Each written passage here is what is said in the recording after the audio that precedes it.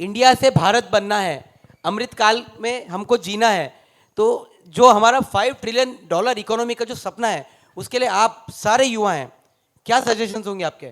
सबसे इंपॉर्टेंट है कि इंफ्रास्ट्रक्चर पे स्पेंडिंग करनी बहुत ज़रूरी है, क्योंकि जितना आप इंफ्रास्ट्रक्चर पे स्पेंडिंग करोगे उतना ही पैसा वापस रिटर्न आएगा। क्योंकि आप मिडिल क्लास से, जैसे इन्होंने बोला कि आपको क्या मिलता है टैक्स से, आपको मेट्रोज मिल रही है, आपको पोर्ट्स मिल रहे हैं, आपको एयरपोर्ट्स मिल रहे हैं। कोई भी एयरपोर्ट पे चले जाइए एक्सपेंशन चल रहा है वहाँ पर। आप दिल्ली में चले जाइए तो एक्सपेंशन है, सूरत में अभी मैं उतरा तो देखा बड़ा एक टर्मिनल बन रहा है, और हर जगह एक्सपेंशन चल रहा है। तो आपका जो पैसा है आपके लिए ही यूटिलाइजेशन होगा, और जितना आपके पास वापस आएगा आप ज़्यादा और भी काम करोगे। तो मुझे लगता है ये एक वर्चुअस साइकिल है, जो ज़्यादा धीरे धीरे इकोनॉमी जैसे जैसे ग्रो करेगी वैसे वैसे लोगों की इनकम भी बढ़ेगी और लोगों की वो वेल्थ भी बढ़ेगी। आपको मैं एक छोटा सा उदाहरण देता हूं। स्टॉक मार्केट का जो टोटल मार्केट कैप था जब 5 साल पहले 110 लाख करोड़ था, आज 325 लाख करोड़ है। 325 लाख करोड़। अब आप सोचिए, अगर आपके पास कोई भी शेयर्स थे 4 साल पहले और आज है, almost 3 Guna 4 Guna on an average आपका पोर्टफोलियो बढ़ा है, वेल्थ इफेक्ट बढ़ा है। अगर आपकी वेल्थ इफेक्ट होती है तो आपकी स्पेंडिंग अपने आप बढ़ जाती है। आपको लगेगा यार मेरे पास तो पैसे हैं, चलो आज नई गाड़ी लो, नया घर लो, नया इधर लो, नया इंटीरियर करो, तो कुछ ना कुछ आप स्पेंडिंग करोगे तो इकोनॉमी अपने आप बूम करेगी, क्योंकि आपकी स्पेंडिंग बढ़ रही है।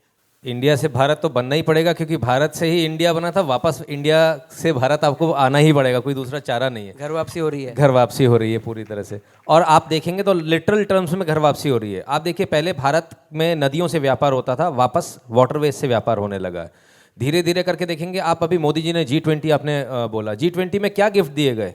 हर वो गिफ्ट दिया गया जो गाँव में बन रहा है, गाँव से हस्तशिल्प कला से रिलेटेड है। तो वापस आप उसी जगह पर आ रहे हैं। और सबसे बड़ी बात मैं आपसे बोलूँ, जो काम NEP में हुआ है, ये इंडिया से भारत बनाने वाला, अपनी भाषा में पढ़ाई करेंगे। इंजीनियरिंग है तो गुजराती लोग गुजराती में ही पढ़ेंगे, हमको अंग्रेजों की पढ़ने की जरूरत नहीं है। उससे आप ज्यादा अच्छे से कनेक्ट कर पाएंगे, समझ पाएंगे। आने वाला भविष्य भारत का बहुत उज्जवल होगा। देखिए 2000 साल अगर हम पिछले देखें ना विश्व के, तो 1800 साल तक हम भारत थे। 1800 साल तक जब हम भारत थे तब 25% वर्ल्ड GDP का या वर्ल्ड आउटपुट का भारत कंट्रीब्यूट करता था। केवल 200 साल जब हमारा कॉलोनाइजेशन हुआ और जब इन्वेडर्स हमारी कंट्री में आए, बस वो 200 सालों के लिए जो है हम इंडिया बन गए। तो ऐसा क्या था हमारी सोच में परिवर्तन जो हम भारत से इंडिया बन गए? अभी जब दोबारा इंडिया से भारत बनना है तो जाहिर सी बात है सोच में परिवर्तन लाना होगा। और क्योंकि मैं एक प्रोफेसर हूँ तो अक्सर मैं अपने स्टूडेंट्स को भी यही चीज़ बोलती हूँ, do not have mindset of a job seeker.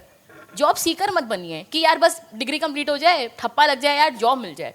ये जो UPSC SSC, इसके अंदर हम 10-10 15-15 साल जो बिताते रहते हैं।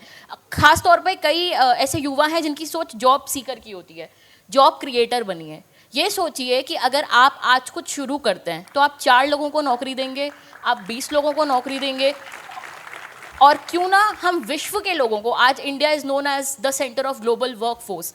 हम लोग पूरी दुनिया में, चाहे गल्फ में हो चाहे हर जगह, लोग सप्लाई कर रहे होते हैं कि हमारे यहाँ तो बहुत लोग हैं, लेबर सप्लाई बहुत ज़्यादा है, आप रख लीजिए। कितना अच्छा हो अगर हम बाहर के लोगों को नौकरियां दें, और हम ऐसा कर सकते हैं। तो मेरा ऐसा मानना है, इंडिया से भारत बनना बहुत आसान है, बस जॉब सीकर नहीं बनना, जॉब क्रिएटर बनना है।